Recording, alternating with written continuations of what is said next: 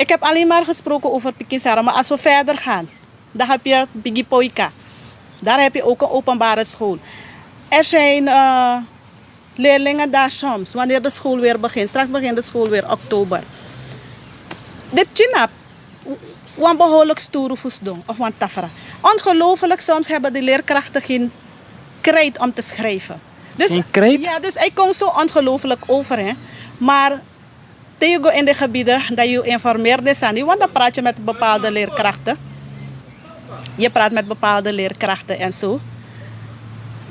Dat je de problemen sa discoro abi, dan je vindt niet dat in anno 2023 para noems doen de problemen dat moroeren. Nee toch, want bigi poika pikisar. Die mensen komen elke dag naar de stad.